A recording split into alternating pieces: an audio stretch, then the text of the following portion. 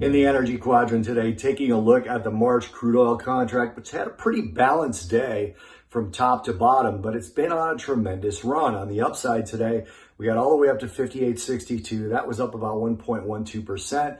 On the downside, we were below 57. We settled below 57 yesterday, hit 57.27 on the downside. That was up 1.25%. Down 1.25%, or just short of that, 1.22%.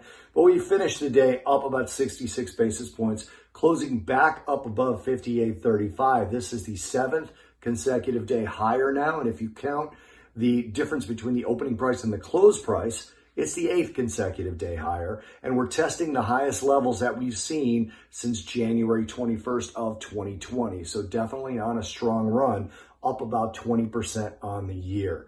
Now, the supply side of the story is mixed, and that's one of the disputes going on right now. Iraq, previously one of the least compliant countries in the OPEC and OPEC Plus production cut, has cut production. They've actually lowered their production. According to some of the forecasts, their budget needs $80 crude oil, and they're getting pressures from other countries to cut production, which they apparently have done.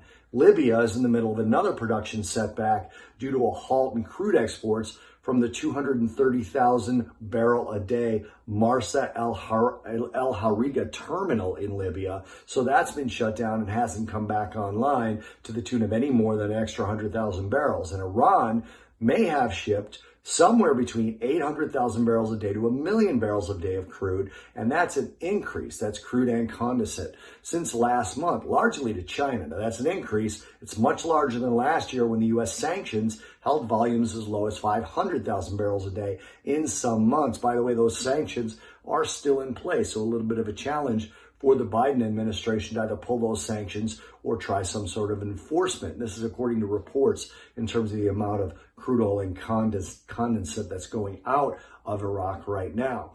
Now, also, the dollar is lower, which tends to buoy commodities a little bit. It's the second day lower, testing the breakout that we had 3 days ago. And also, you look at the individual currencies. The Swiss is up 67 basis points. The yen is up about 59 basis points.